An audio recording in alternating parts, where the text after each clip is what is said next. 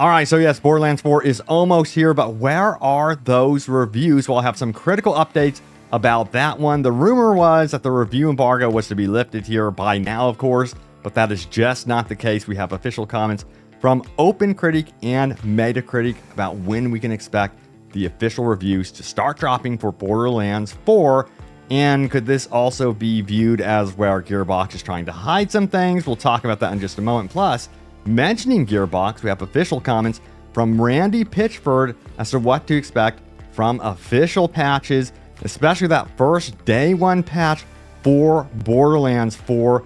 Will we see significant improvements over what was shown, previously at events and that sort of thing? Also, guess what? Someone actually got their hands on the base PS5 version of Borderlands 4. So how's it running? And also, how much space can you expect this baby to take up on your hard drive? And we're going to go over a bunch of other stuff because there was kind of this back and forth between Randy Pitchford and a journalist, and they kind of got into it. I'll show you guys that one here in just a moment. And yes, I'm going over your top comments. So as always, be sure to leave a comment down below.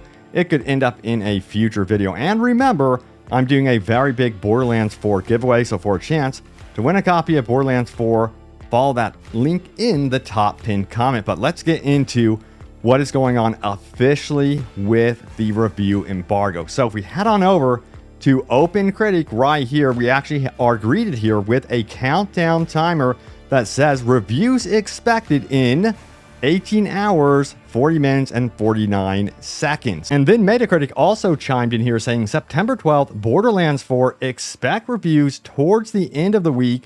Any Metascore predictions for this one? That's a great question. What do you guys think the score will wind up being on PC versus consoles? Let me know in the comments down below. So that is going to be happening apparently on the 11th. So expect those reviews to be dropping just ahead of the official release for Borderlands 4. And I believe after the PC release of Borderlands 4. So it seems like they could be doing this for multiple reasons, of course.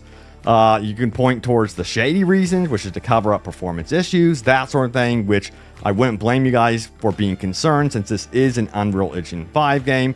And of course, you can say that 2K Games and Gearbox Software don't want the game to be exactly spoiled. But we also did see Conan O'Brien play the game on his series, and there was a crash that actually happened during his playthrough. So a lot of people were like, oh, well, is this what we can expect from Borderlands 4? But there is good news. It's not all doom and gloom here at all, because Borderlands 4 is sitting at #1 on Steam's top seller list right now. And I know a lot of you guys love the franchise and are rooting for this to do well. You want also a lot of cooperative buddies to play with in this game in a lively community. I'm crossing my fingers that this game does do well, of course, as we also see that, fans and the community are already getting their hands on the game. Check it out. Let's go. Which Vault Hunter are you going to play with? You could see someone has the PS5 base copy and another PS5 copy has landed in the lap of one lucky PS5 player as well. That is absolutely awesome to see. But yeah, let me know what platform you guys are playing on and what Vault Hunter you're going to go with. But this is also really, really cool. Check out the Japanese artwork here, the cover art. I love that version right there. It'd be cool if we can get that version in the States or something like that. That would be very, very neat. But let's get into what Randy Pitchford had to say about that day one patch and further support for Borderlands 4 post-release. So it started out with this Twitter thread right here from Scott. He says, I've been playing Borderlands 4 since last week. It is absolutely awesome. So hey, there's good news right there. But it's also in desperate need of a day one optimization patch on PC. Crashing, hitching, stuttering, freezing galore. And this comes from Destructoid.com. And they had an interesting read where it also completely crashed their computer, which of course is not good news. However, if we get deeper into this thread, guess who responds? Randy Pitchford himself of Gearbox Software. But let's get back into this. So we have sounds about right for a modern AAA launch. Great game buried under technical issues. Reminds me of Christopher's point about how these rush releases hurt consumers. Trust long term.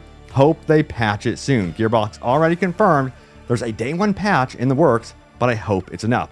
Here's what Randy Pitchford had to say about that. He says the day one patch does a lot. That said, The expectation for using a below min-spec machine should be that the game is unplayable. That the game runs at all on your system is a miracle. I'll show you the specs in just a moment. That you can get 55 to 60 FPS out of a heavy combat is actually incredible given how the engine and what's going on under the hood. Your specifications doesn't indicate if you're on SSD or HDD, but that could also explain some of the hitching. It's a big, bold, new seamless world, and I'm sorry to say that older hardware may not provide buttery smooth performance for the latest Gen AA games, AAA games, as has always been the case since the dawn of PC gaming. And Justin here countered, saying he isn't running below minimum specs though. He updated the article with his specs. Min spec is a 2080 and i7 970 with 16 gigabyte of RAM. He is running a 3070 and i7 12700 with 16 gigabytes of RAM and struggles to hit 60 frames per second at 1080p. The 1080p part was where I got concerned, to be honest with you. So yeah, a lot of people are like scratching their heads going, I'm anticipating some optimization issues with this game. Now we have further comments from Randy Pitchford as well, who says this one right here. I may be conflating recommended specs with required specs. 2K Quality Assurance, collaborating with our engineering team at Gearbox, sets the standard, and 2K QA reports indicate that they are able to achieve 60 frames per second average with minimum spec PC on typically medium settings. Different PC configurations will vary. HDD versus SSD is also a factor for the hitching.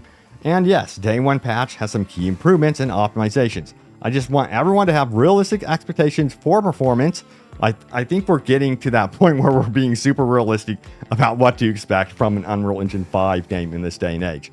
This is a big open AAA game, and lower end and older hardware may not perform as well as higher end modern PCs. I've asked for some assets to be generated to show a range of specifications and how they perform with different settings to help users decide. We're confident in the game's performance and optimization, especially given what software is doing under the hood. And you know, we have seen those previews from those events, the Borderlands 4 events, of course, from, you know, YouTubers, streamers that visited an event and they showcased the game. And what we did see is that in like the dungeon type environments, it running very smoothly. However, in the open world, I did notice in several pieces of footage that there were some jitters. It's the seamless nature of Unreal Engine 5 struggling to keep up, which is pretty much become the norm for Unreal Engine 5. Of course, we're going to be getting that Unreal Engine 5 open world overhaul down the road, and I think the real first game we're going to see that with is The Witcher 4, and then beyond that, we should, crossing my fingers, finally see open world games really running hopefully well on Unreal Engine 5. At least that is the hope. Now, if you're wondering if your rig can handle this and also how it's running on PS5 base version, well, stick with me here because I got those details right now. Now, remember, we have the official specs right here. Here are the minimum PC specifications for Borderlands 4. You could pause the screen, of course, and then, of course, you have your recommended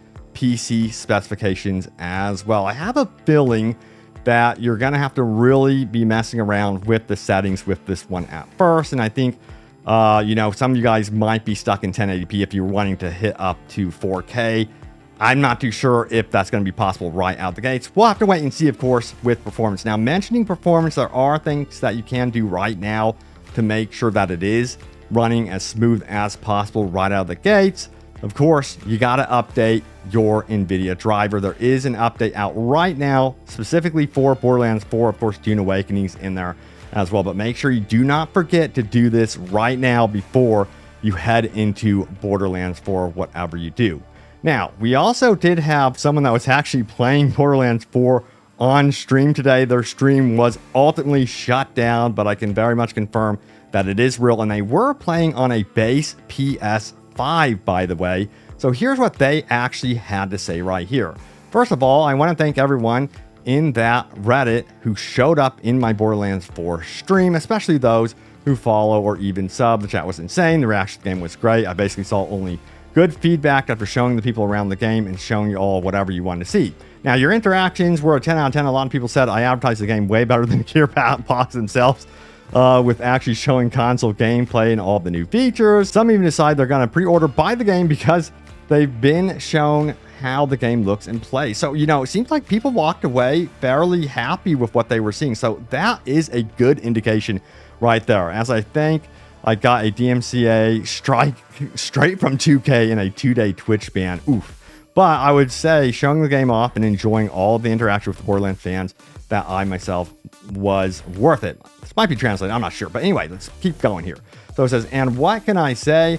The people on my stream absolutely love the game, and so do I. I love the map and how it looks. It's also full of life and small details. That's my biggest concern with the game going open world. The day-night cycle actually changed the gameplay with throwing in new enemy types and changing the whole atmosphere with a 10 out of 10 sound design. That is awesome to hear. That's what I love to hear. Now, the overall HUD menu and all of the new added feature add so much to our beloved franchise. The performance in the performance mode is also good and above 60 frames per second, though in some areas the frame rate or the FPS had quite a few small drops. The fidelity mode, on the other hand, is pretty much unplayable. Hoping for the day one patch to fix that. Also, please add an FOV slider on console with that patch. So that's a bummer to hear that we don't have an FOV slider for console out of the gate. Also, in my 3 hours of play, I had no real bugs, although I had to go back to the menu and get back into the game because I was stuck one time after a cutscene. Not that big of a deal, but still something to fix. So no hard crashes or anything like that yet, but 3 hours isn't much for a Borderlands game for sure.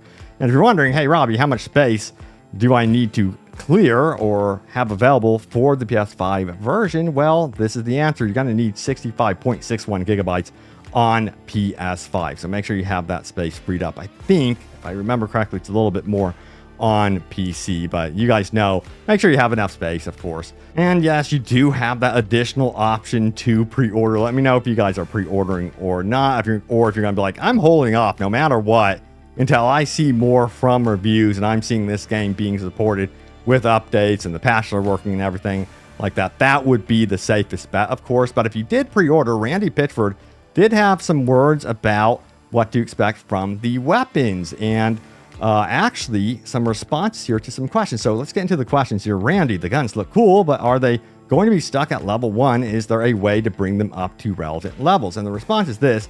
1 is level 1 and works as a fireworks machine for celebration at any level. 2 are level 30 ordnance for kicking off in-game. 1 is a level 50 legendary. That is a monster. So there is what you can actually expect in detail from those pre-order weapons. All right, so yeah, you guys know what time it is. It is time to go over your top comments. Remember, leave a comment down below. It can end up right here in a future video. And also, I'm still doing my Borderlands 4 giveaway. Remember, see that top pinned comment? It's going to look something like this right here. And then for a chance to enter that, just click that link. Yes. Now, remember, I'm not going to be ever asking you guys to follow me on WhatsApp, Telegram, or responding to you guys under like the actual YouTube video telling you've won.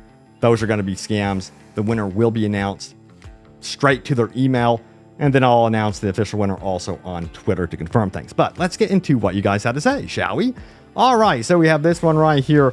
Will be addressed with a day one patch, said every developer ever. I know, yeah, and a lot of times you get kind of duped into that, thinking, oh man, there's actually hope.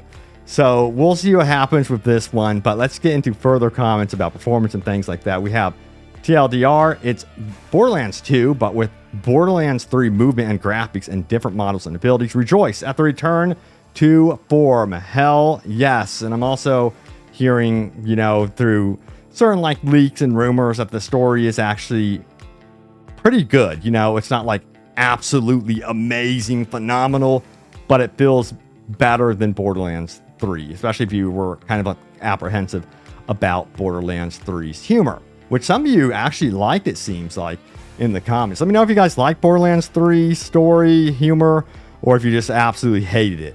What do we got next here? Note to everyone, history has shown that when a beta has bad performance and the devs say, don't worry, we'll be addressing this in a day one patch, most of the time, the performance does not improve to any acceptable margin, except maybe through mods. Because sometimes modders can get in there and work miracles more than the actual dev team for some weird reason. But yeah, you are 100% correct. So from what we have seen from, I think, a lot of the previews and things like that, I would honestly anticipate the game to be running from what you've seen there. You know, I wouldn't be surprised if there's some jitters between zones, despite it being a seamless open world.